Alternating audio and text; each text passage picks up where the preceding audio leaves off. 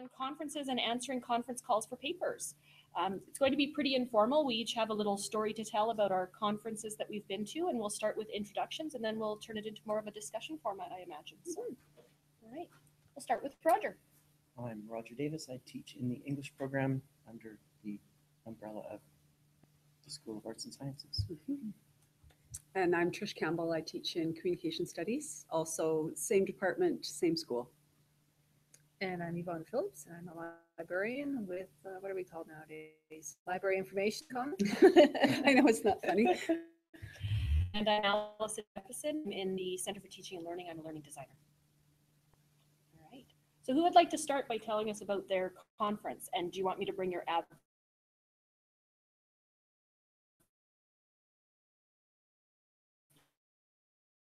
I have the question first. I'll start. If you want to bring them up. You bet. I won't read your answers. I just need this as a little guide.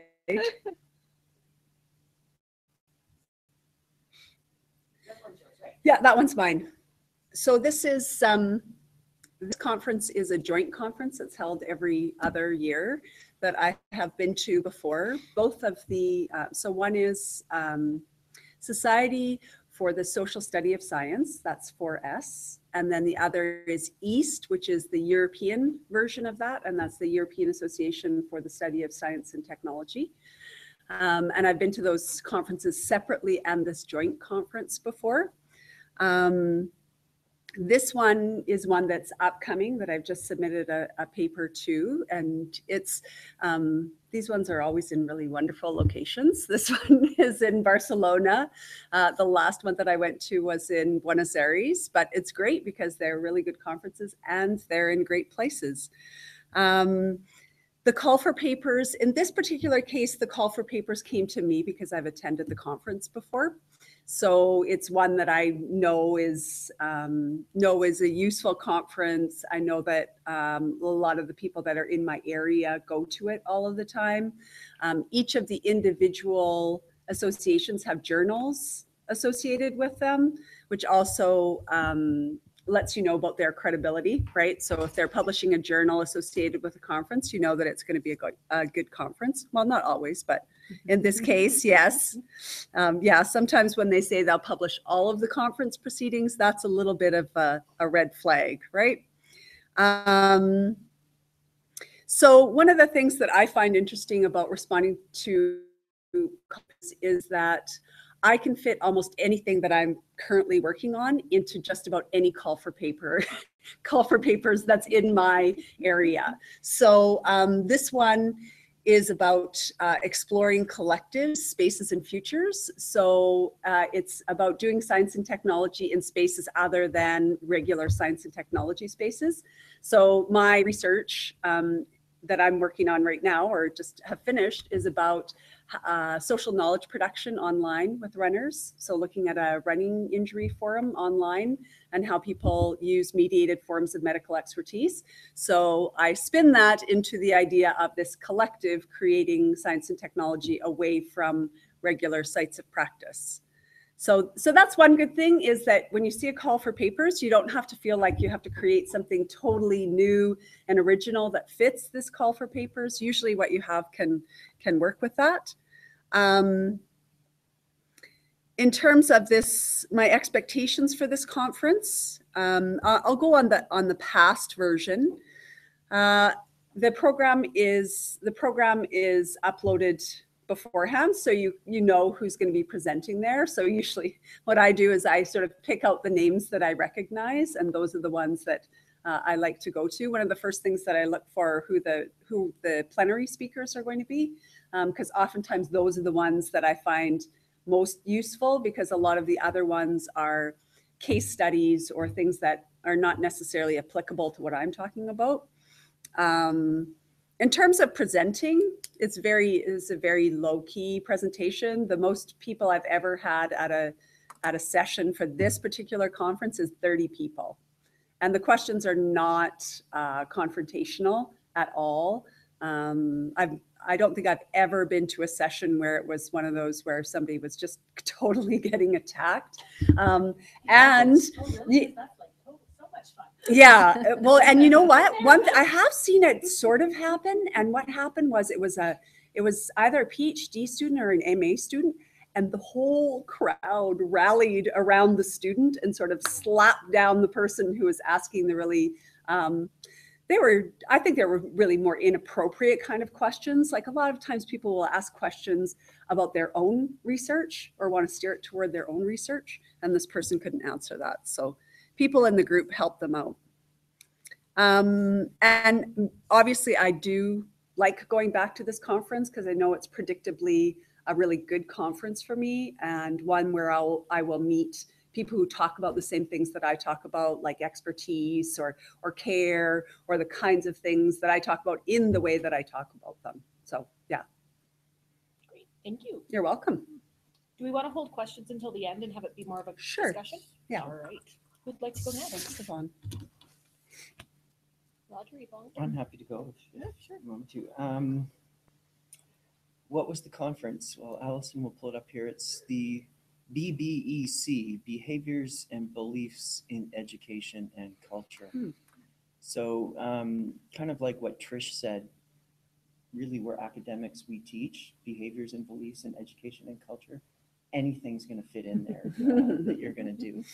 And that's, one of the things about selecting conferences is that you can find those highly specialized conferences that are really particular to your area of academic specialization. So, for example, my training is in experimental contemporary poetries, and like there's maybe 100 of us in the world that are interested in doing that. So to actually find a conference that's in my specific area is really rare.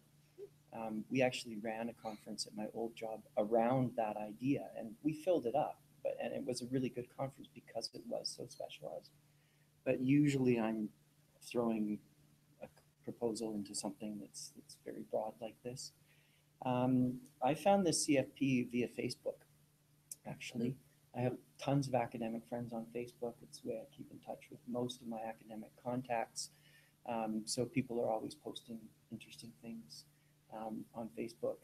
There's obviously, lots of CFP sites that are discipline specific that you can check. I check those regularly, or when I'm feeling like I have something to say about something, I'll go there. But often it's through word of mouth that I get a lot of things.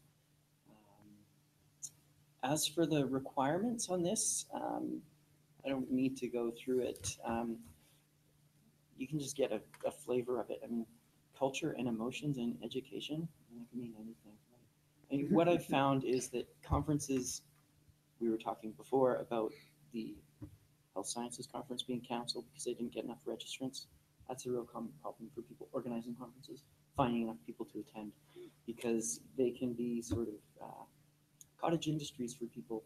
Let's throw a conference, and you are competing for participants. So that's something to keep in mind when you're applying for a conference. How much does it cost?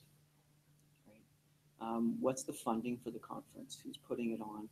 If the conference is really expensive, you might want to think twice about it. Not saying that expensive conferences aren't worth going to, but they're often perhaps funded by for-profit agencies. If you're publicly funded, like a conference in Canada or something like that, if you're funded by SHRC or NSERC or something, often the registration fee will be quite low, like $50 or $100. But if you're paying, $800, $900 for a 2-day conference, it's kind of dodgy. Sometimes depends too like if you get meals, a lot of them have meals or lunch or something, so you have to sort of see what's included. Yeah. Absolutely. This one was in Romania, in Timișoara, which is in the south of Romania. I had never been to Romania, so I didn't know what to expect. It was interesting landing there. All the old Cold War bunkers were still there with fighter planes and stuff at the airport. It was really interesting. But what I found, I've been to conferences in numerous places. They're all pretty much a bunch of smart people getting together talking about what they do. And I've never been to really one of the, Trish and I often attend the Pop Yeah. Culture Association conference, and that's a bit of a dog's breakfast for what it is, because there's For like sure. there's like 5,000 people who attend. It's lots of Mhm. grad students, lots of undergrad students, and there's lots of, to be frank, I don't want to be a jerk, but there's lots of bad papers at that conference. But there's lots of great people as well, just because there's so many people. But conferences that I attend are usually between 50 and 200 people max, usually between 50 and 100. And I've never been to a bad one. They're almost always good. I don't think that's because of I'm particularly good at selecting conferences. I think anytime you have the money and the capacity to run a conference, we're all smart enough and good enough that we're going to run a good conference. So unless they're soliciting me and saying, come to Nigeria and present, Oh, and we you get pay those your too. way, those are obviously the ones to I got rely lots on. of China ones. I get lots of China ones too, and like Mm. weird places for things I don't do. Mhm. Mine are all like bioethics, Yeah, no, it's weird. obstetrics. Yeah, for sure. With all due modesty, nobody in the world's going to seek me out to come to their conference. I have to seek people out. Yeah. I'm not so self-important that they're going to be soliciting me. So, Not yet. Mhm. my experience of this particular conference was very good. Lots of interesting people there. As I'm getting kinds of things, I'm starting to seek out conferences that are more populated by faculty members rather than graduate students. That may sound a little bit snobby, but I'm going to conferences to learn stuff, and I want to hear from interesting people. And that's not to say that grad students don't have interesting things to say. Lots of them do.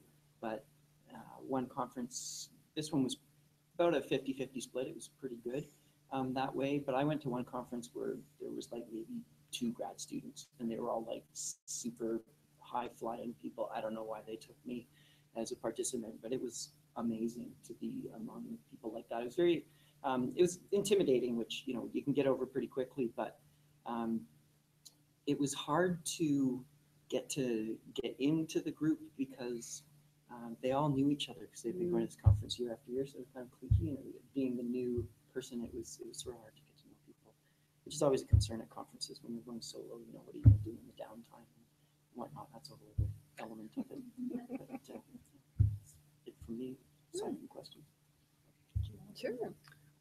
I've just find it fascinating, the diversity of experiences and expectations of these conferences. It never occurred to me before to think about who's going to this conference. Do I really want to go with these people? So I think why I ended up on this panel was I'm a huge PD junkie. I've gone to tons of conferences. I just really enjoy going. And I think, especially as a librarian, I have a bit more flexibility because I don't generally teach credit courses. So I can go to a conference in October and go to one in March. And I think that in some ways I have a bit of an advantage. So I'll talk kind of about 2 conference experiences that are either gone on or going on. One I went to last March that I'll speak more about is the UX Libs. And people who are in the library have heard me talk about this before a little bit.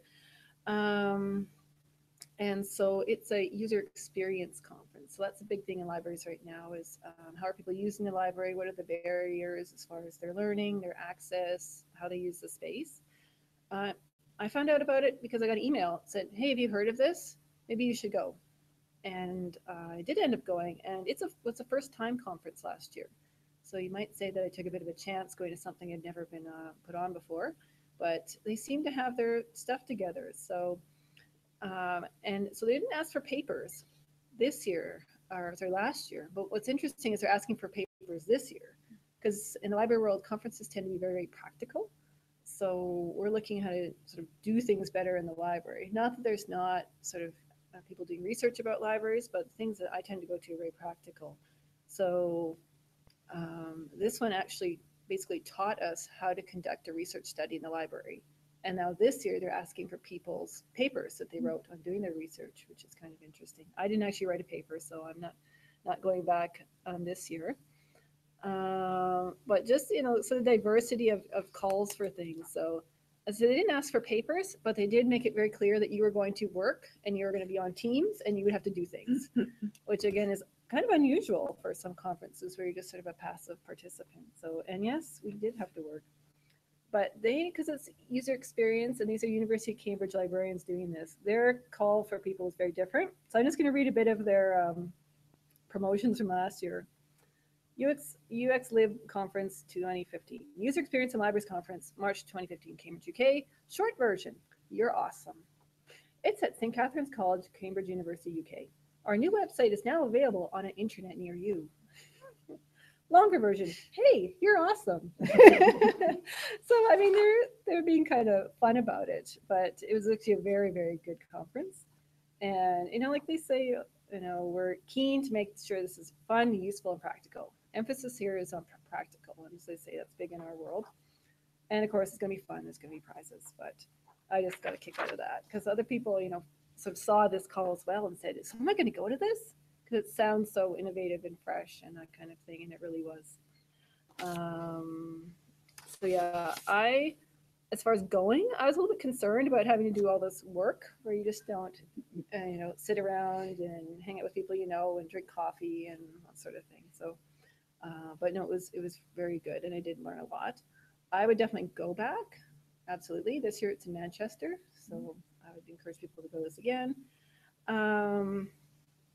So that was last year. This year I am actually presenting at a conference, and this one is called, well, now it's called Library Instruction West. It used to be called LOX of the West, which is library nerd stuff, but it was a lot more traditional. So, you know, they don't start off by telling me I'm awesome. They say, you know, the Library Instruction West Program Committee invites you to submit a proposal, so on and so forth. And it's for presentation, so it's not necessarily you're presenting your research. Some people do present their research at these things, but usually it's something, you know, telling a story or talking about an initiative. Let's see here. And so they had a bunch of different tracks, so I managed to create something that fit into their tracks and I got accepted. They have different formats, and I'm not sure how it is that maybe things that you go to, where things that are popular in my world are like lightning talks and ignite talks and things that are really, really short. Nope. So I had the option, oh, okay, so this is why it's interesting, because I had the option for 15 minutes or 45 minutes. Oh. So I'm doing a 45-minute session, but yeah, lightning talks where you just talk about something for 10 or 15 minutes, very, very popular. But what I really love about PD is the opportunity to make connections between different things, because I go to a lot of things. I mean, I've gone to 3 big conferences in a year because I'm a real cheapskate, and I don't mind paying a little out of pocket too to go to some of these things. But one of the keynotes for the UX Libs in Cambridge is also the keynote for this thing in Salt Lake City, this LOX in the West, or Library Instruction West. So I thought that was really interesting, and I get to see someone interesting who's she's a library ethnographer of all things. And so, yeah, I get to see the connections. Huh. Okay. I guess it's my turn. So in planning this panel, we came to the realization that there are very different conferences out there. And I would often, Yvonne would talk like, and I would go, what? What? So, what do you mean that people go and read their paper? That's the worst conference I ever went to, was that people read their papers. Yeah. So standard in English. Yes. Yeah. Not us, we have PowerPoint and talk, but English is just like PowerPoint if you're lucky. Yeah. So the very traditional disciplinary specific conferences that I go to, they tend to be the annual meetings. So you go at the same time every year, and they travel around the country, and you go where it's going, which is how you end up in places in February. That's how that works. So this is, it's the Society for Classical Studies. It rebranded itself last year or the year before. It was the American Philological Association, but nobody knows what philology means anymore, alas. This is a very traditional academic conference, a couple thousand people. It's joint with the American Archaeological Institute, AIA. And it's that traditional, you submit your 650-word abstract with bibliography situated within the literature of your discipline. It's blind refereed, which they didn't always do. in the late 70s or early 80s, the Women's Classical Caucus said, maybe you want to blind referee the abstracts. And they said, huh, interesting idea. Then they did it, and the number of females and the number of grad students who were accepted to the conference went up dramatically, interestingly. They publish the abstracts, they're blind refereed, so it counts in my discipline as a low-end refereed publication of types. That's a very traditional, you go, you stand there for 20 minutes, you read your paper. You realize people have little sense of humor. Someone says at your panel, do you have a handout? And you say, yes, I do. And it's riveting. And they look at you. And then you say, well, if you can't mock your own scholarship, whose can you mock? And they look at you in all seriousness and go, someone else's. All right, moving right along. So that is a very traditional disciplinary conference. I mean, I've been at some that they were timed to the minute, and when your time was up, I have seen people who have stopped reading mid-sentence and sat down. So that is a very traditional conference. I'll just say I'm in favor of that. Yeah, I was at one where they rang a bell. Yes. Yeah, Put up the paper angrily. they rang a bell 1 at minute. 10 minutes and at 12 minutes, and you better be done after the second bell, because don't go Yeah. there if they have to ring it a third time. So very traditional conferences. In my work as a learning designer, I do different research, and I present at what are called SOTL conferences. So scholarship, teaching and learning. Now, these are very different conferences because they tend to be interdisciplinary. And so they tend to have a wider format. You get longer sessions where someone might be speaking, but there's audience participation. You get workshops. You get the hour-long session on grounded theory that goes past the coffee break. Mhm. And but Sounds they good. tend to be very welcoming and very good places for people to go. So this is the one that Mount Royal does every year in Banff in November. I'm also a proponent of, if there's a conference and you're teaching, we have technology that should enable you to teach your class while you are at that conference. So teaching shouldn't prevent you from going to a conference that's during the teaching term, in my opinion. But this is a very standard one. The interesting thing about SOTL conferences is they tend to have a rubric that they show you about how they're going to assess your proposal. So they tell you the standards and the criteria that you're looking for, and then it's blind refereed and they send that back. Traditional academic conferences pretty much figure you should know what you're doing, and if they reject you, they don't have to explain why. So there can be very different ones. But again, it's you know, this is one of the big ones in the province. It's in Banff. You go where this conference is. So, but I would recommend that one for sure. It's a really good one. It's interesting though. There's a multiplicity of conferences out there. So, I have lots of funny conference stories because there's always a funny conference story. Did I hit the highlights of what we were supposed to talk about? I think so. All right. Oh, So questions and discussions from the audience or from the panelists. One thing I will say about most conferences that are actually worth presenting at is that the deadline to submit a proposal is so early that Yes. what ends up happening is you often find out about these conferences when it's already too late to submit your proposal.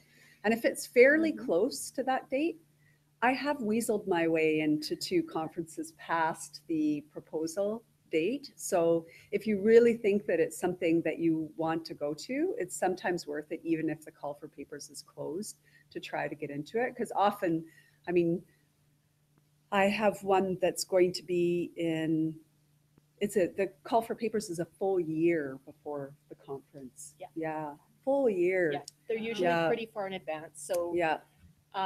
the Mount Royal one is in November. I think the call for papers has already closed. The Yeah. Society for Classical Studies is every year in January. The call for papers is out right now. Mhm. So, And I think that's also, I was also looking at some other conferences, and are you familiar with WASET? WASET? It's not good. It's not good.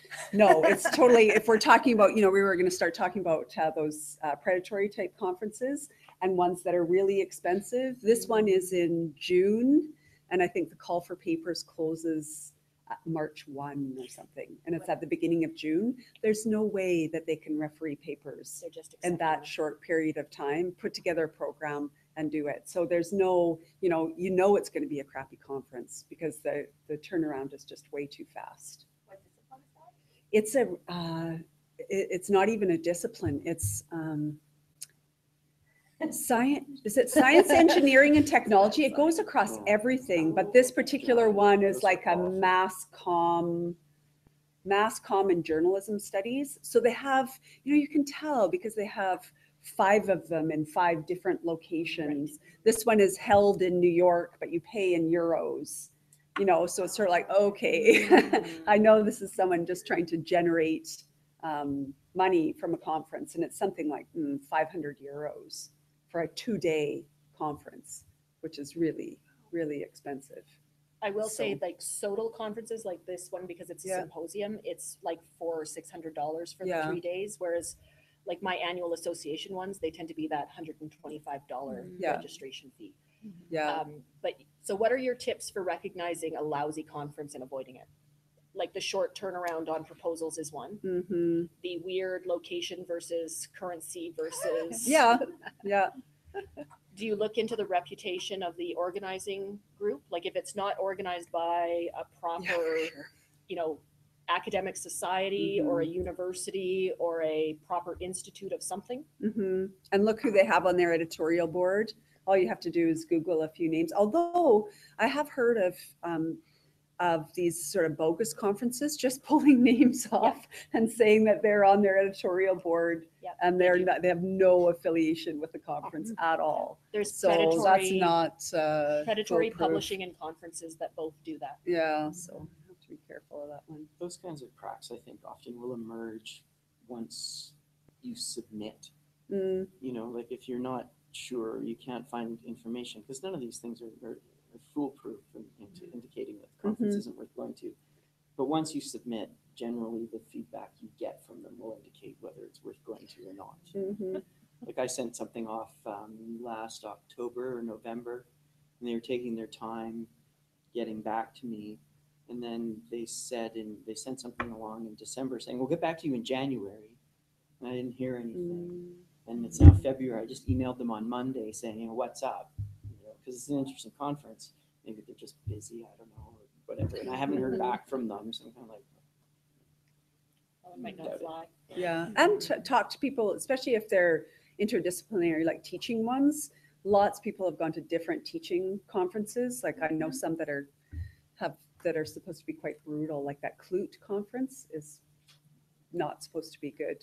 It's always in fabulous places, but in terms of what's happening at the conference, I don't think that it's the best one. No, you pay to get peer reviewed, and the more you pay, the faster they can so this is not a good sign. There's some bad signs around Clute. Yeah.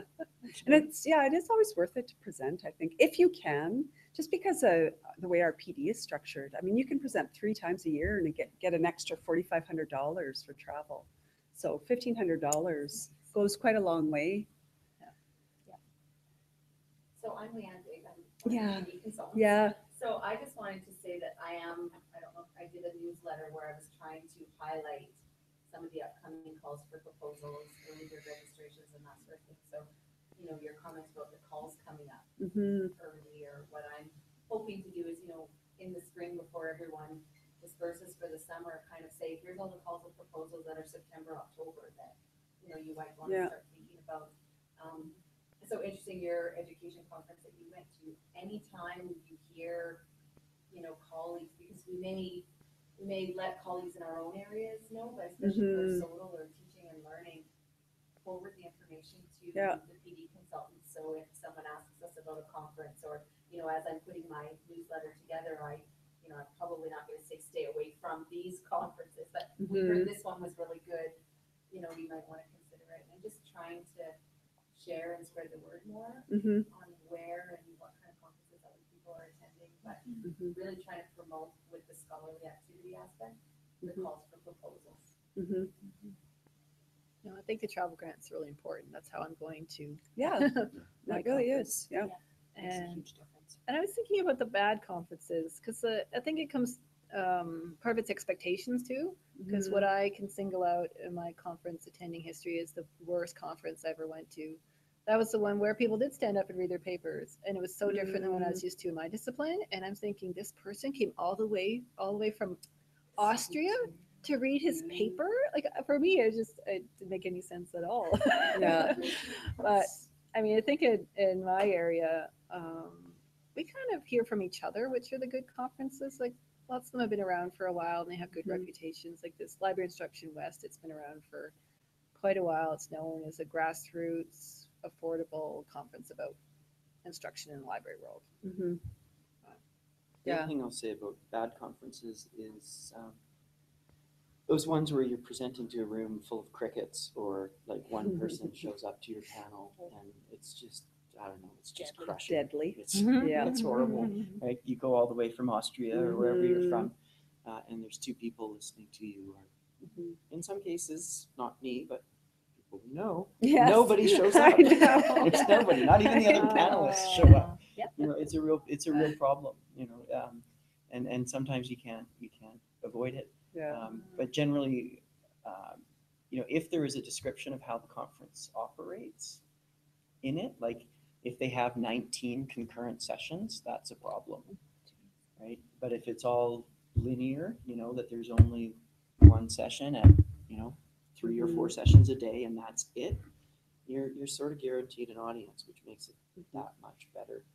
And just in the defense of the reading paper thing, it's not a strenuous defense, but I think the reading of the paper comes out of that fear of being assassinated by the crowd of, well, you forgot to reference. And so people have these really airtight arguments, and you know, people doing theoretical work, but it puts you to sleep. It's hard to follow. And often it's the genesis of an article. So they're Yeah. testing it out, which means they're reading something that is really intended to be read in a journal in another year. Like, I'm always amazed at the people in the audience who can ask intelligent questions after a 20-minute read paper, because I can't follow any of it. I just, With nothing, try no to think- visual, yeah, nothing. you know. Yeah. I guess that's another thing. This is not on a bad conference, but the idea that you have to submit an abstract maybe on research haven't done, and you plan to do it in the future, and you have to sort of present this abstract as if you've already done the research and you've reached your conclusions.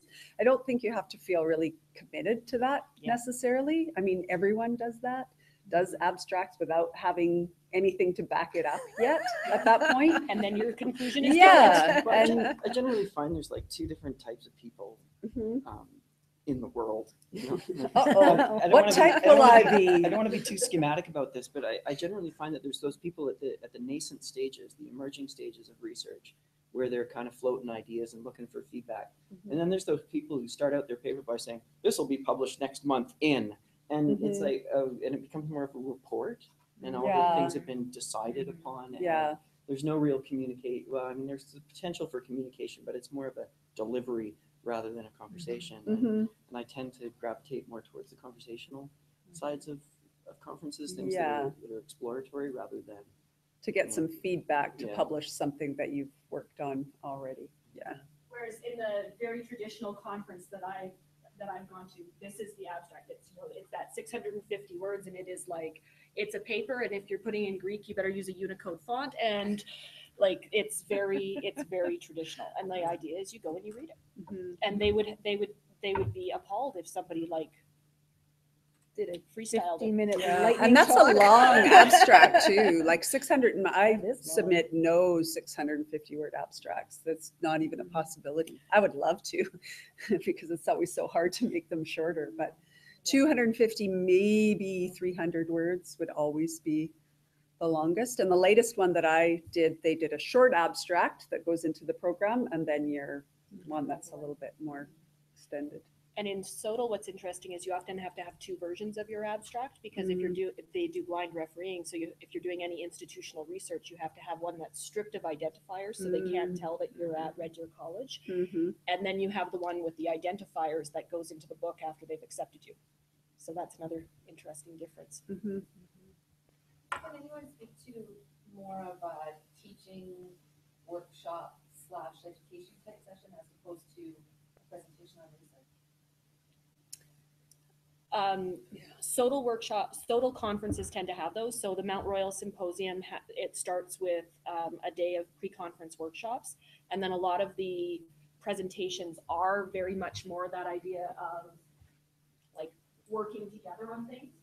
EDC, the Educational Developers Caucus of Canada, does that. So does STELI. Where did I put that one?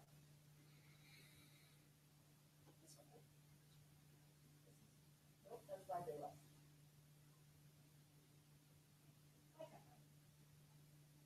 But there's different formats. So one of the things is to look at what are the formats of the different things.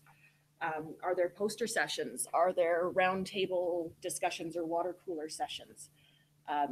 If it's a really traditional conference, it'll just say 20-minute paper presentations, and then you know it's reading your paper. A lot of that workshopy stuff that about the conferences that I go to is for grad students. They'll almost always have sort of a pre-conference workshop kind of thing, but that's not for teaching conferences. Yeah, I guess You know, that's so what it's a I'm different. more- Yeah, like, that's I'm going to do a little it would something be- in my very first Mhm. thing, and then an education session yeah. on a disciplinary conference. But the one side of it is the peer review, they're presenting, you know, Mhm. PhD students, I think I'm presenting, and then the other side is the education. Mm-hmm. So I'm just And do they treat wondering those any two? advice, because I'm the winging it. Has anybody attended the Great Teachers Seminar here? Brad McDermott has. He said it was fabulous. haven't they talked Yeah. about also. Yeah. My wife also teaches here, for those of you who perhaps don't know that. And so when we can, we go to the same conferences and make a little trip. And I guess about 5 years ago, we went to the Great Teacher Seminar. And rather than going to the one in Banff or Kananaskis or wherever it's held, we decided to go to the one in Oregon because the Banff one's expensive and the Oregon one's cheap. And with the flight, it worked out to be basically the same. We thought we'd go somewhere different because we know a lot of the people who go to the Banff one anyways.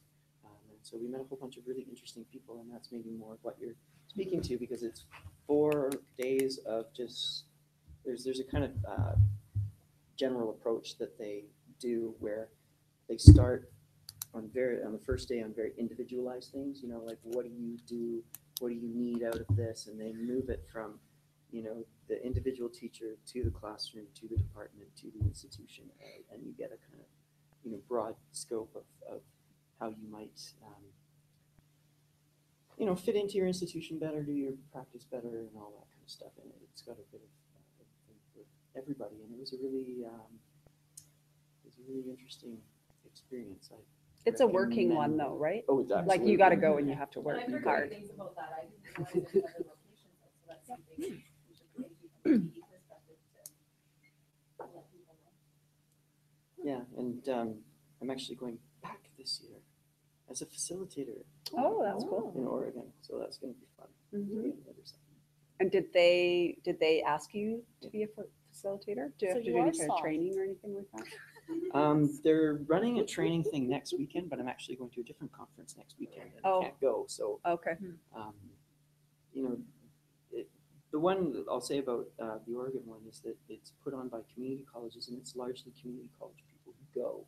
So it's these sort of 2-year institutions, which, if you know the community college system in the States, they're all making like between $20,000 and $30,000 a year teaching 7 courses, you know, 12 hours a day, and they have no PD money, and like this is a big thing for them. And you know, not just like they're great people, but boy, do they work hard. Like you quickly don't say that we have, you know, our own offices. Like they're all, it really, that's one of the reasons why I like going to conferences outside of Canada, is to see the different conditions, both teaching and professionally, that people have to inhabit, and you know, think about what we can do better and what we're lucky to have, for sure. What is your motivation?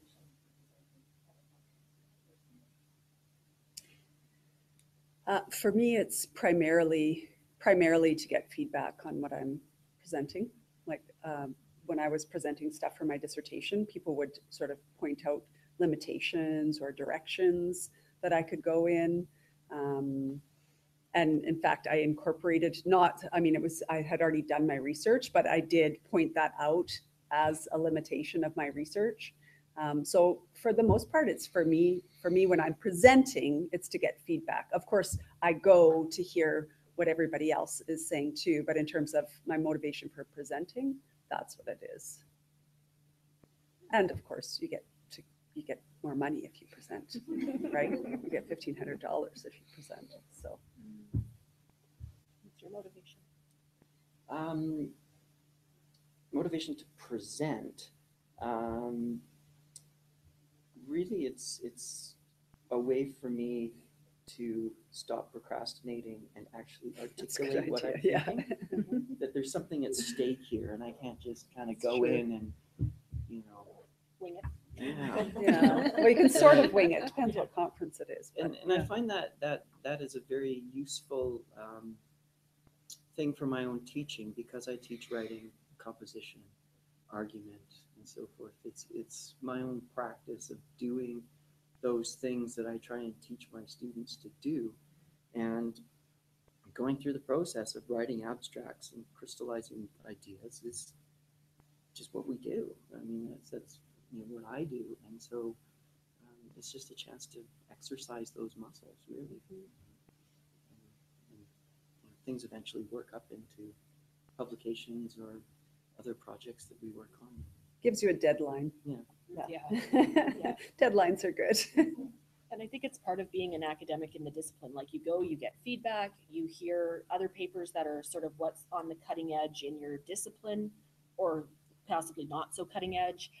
To present at a conference is to do scholarship. You're engaging in the dialogue in your discipline. If you go to a conference and you're not presenting, that's professional development. You're a receiver of other people's scholarship, but you're not engaging in the dialogue in the same way. So for me, it's a lot about that feedback, also about the deadline and the kick in the pants to get it done. But yeah, it's about getting that feedback, because you get really valuable feedback at an early stage at conferences. Sometimes valuable. What's your motivation in presenting? In this case, this year, I wanted to go to another conference and I didn't have any money.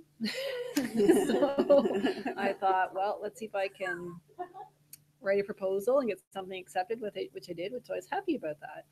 And kind of like what we were saying, it forces me to engage with the topic to the point where, I can present on it. And I like to do things that are a bit weird in presentations too, because I go to a lot of things and I think, well, so I like to experiment, which doesn't always go all that well. So I do usually the smaller, the workshop things that make people do stuff, and that isn't always very popular.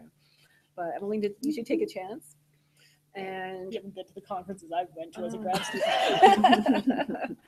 And I think part of it too is giving back, because I go to a lot of things, and so then it makes me appreciate, or I'm thinking, that's the worst PowerPoint I've ever seen. Like, well, it's a lot of work that goes into a presentation, and just, I shouldn't just be passive, but I should say, well, if I don't like the way that person's presenting, or I want to say something myself, get on out there. Sure. Where are you I'll going? text with you. Just Vancouver. Oh, I could do that. I could somewhere to stay. So, so we'll say for this presentation, it's going to force me to read a whole book before then, because I know more about a particular topic. So, Any closing questions for the panel? I have a closing question. If you had one piece of advice to give to a student or a colleague who was new to going to conferences, what would it be?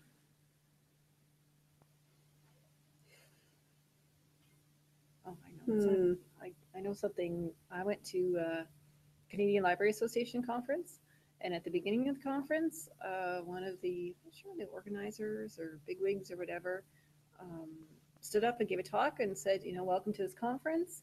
This conference is for you and your learning. And honestly, if you're at a session and you don't like it, don't stay, and don't feel bad about it. She's like, it's not like it's just, it's just how it is. But don't shout you suck as you leave. No, don't do that. But if it's not, Or if just it's not your thing, then you don't have to stay. Like, it's your conference time and it's valuable. Yeah. But that's valuable to know, because maybe people don't know that they can get up and leave in the middle of a 3-paper panel. Yeah, or if you're new and you're never been to a conference, you don't know how it works. Maybe you're not allowed to. Once you're in the sealed chamber, you can't go anywhere, right? So as a presenter, how Like do a you Bikram want yoga class. if you see everyone getting up and reading. Well, then I sort of You just respect that roll with too. it. Yeah, Yeah. just roll with Yeah. it. Is it demoralizing when you realize that you've been put into a very bizarre panel because they're trying to make things go together and everybody came to hear the first person talk and then left? Or that's some big wig on your panel and Yeah. I hear them and leave. Yes. You can't take it But- personally. But you get up and you put on your Yeah. your big people clothing and you go for it because you're there. So that would be my advice, would be to just go for it. Like, jump into the deep end, find a mentor, someone who will read your abstracts, someone who will, if it's a reading your paper kind of place, actually write your paper before you get on the plane and have somebody read it before you go. But I figure just jump in. Conferences are ephemeral. Very few people live and die by conferences. She's the one that's been pushing me, therefore I go. I had a long hiatus where I didn't go to any conferences for a number of years, and then I decided to start getting back into it. So it was my first conference in numerous years, and it was overseas, and I went there. I put tons of work into it. I went there, and Air Canada lost my bags on the way there, and so I was traveling for 2 days, and I was the first presenter to go in a room where there were no concurrent panels. There were about 80 people in the audience from 26 different countries. And there I am in stinky clothes that I've been traveling, presenting first. And it was the most nerve-wracking experience that I've ever had to go through, at least professionally. And it's like, maybe it wasn't as bad as my dissertation defense, but it was up there. And but it went fine. Yeah.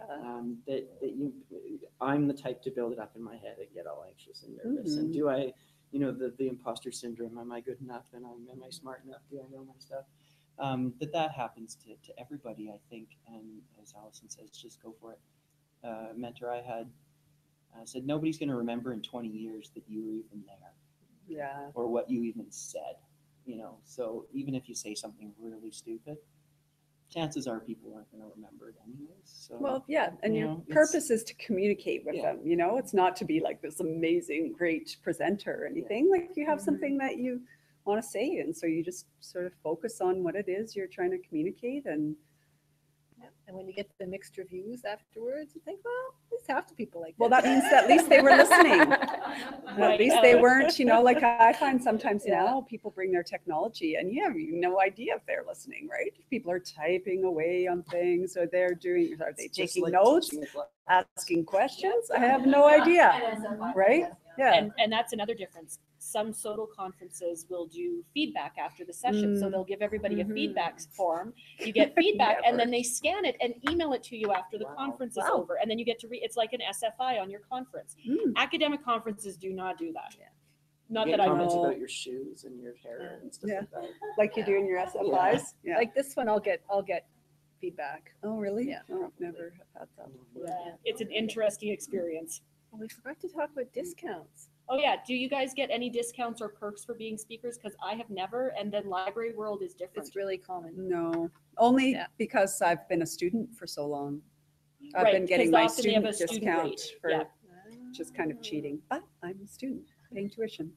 Yeah, not in my world. I mean, I know No. of conferences that do that, but and I've been to conferences that do that, but it's not something that I encounter frequently. So no free The- flight and registration. Yes, paid I did and- go to one where I got a free flight, a Really? night a hotel, and I think a discount on Were registration. you like a plenary kind of speaker? No, I or- was just the average. I was Oh, out of really? province No. presenter, and they gave me all this stuff. Oh, it was great. They have That, funding for poor certainly. students Yeah, sometimes, look but because they do have stipulations like that, like out of country, out of province, whatever. yeah. There's often funding if you're coming from a distance. Well, not For the from north conferences side. I go to, you have to be from a country of a certain economic, Oh, Disaster. pretty much. Disadvantage. They do list it by country, like these countries pay this price and these countries, if you're from this country, you pay this price. Yeah, a lot of the European conferences do that. Not so much North American Yeah. academic associations. Because there's Yeah. no countries within striking distance aside from, say, Mexico, Yeah, South America. But I know in Europe, a lot of people from Africa try and come up yeah, and do presentations. And they're yeah. often And even some, Eastern European countries they put them at a reduced registration. Any other questions? Never been checked on my I have student a couple status either. Yvonne has a couple questions. I just have a couple questions I'm curious about. So two questions, I don't know if we have time for them both, was whether you're willing to contribute your own money to augment your PD. Because I'm a PD representative also, so I get to deal with this kind of thing. And whether you prefer to go to a conference with a group of your colleagues or a few of your colleagues or go by yourself. Nobody wants to go to the conferences I go to, so I usually go by myself. unless You're reading. it's Yeah. a SOTL conference and then I have a research partner and we try and go together when we can. That one with you. Yeah, so then again, but Not that's, the one you showed. no, you're not coming to the, no, I know. So, The one where we couldn't read the but abstract? like No, my academic background discipline Yeah. is a solitary Mhm. discipline. You do your own research and there's very little co-presenting or going Yeah. with you because again, it's a widespread discipline. So the conference is where you go to actually meet up with the people that you know, but you don't go with them because they're coming from 60 other places. Yeah, I don't. No one from the college goes to the ones that I Interesting. go to, except for the popular PCA, culture and so it's some of One those in that are Romania with really you. interdisciplinary. Well, I had one in Istanbul that I had to cancel. It's coming up in May, but it's just not a good time to Yeah, go I to had- Turkey. I had one in Turkey. that Did I canceled you? A couple of years ago. 'Cause I Yeah. just didn't want to risk And it. they actually brought in, had to talk about a risk assessment. And if I were to go, I would have had to have get cancellation insurance. And if there was any kind of warning issued about travel to Turkey, I could go, but I would no longer be insured to go. And yeah, I think that was promoted, not promoted, provoked by me. Good thing I don't do archaeology. and Yeah. feminist. Yeah, But it's a teaching. yeah, So my very teaching first ones, conference yeah, when I are was better. here, I went with them. yeah. And in terms of your own money, what I spend my own money on food. I never claim food just because it's so painful to try to claim food. And yeah.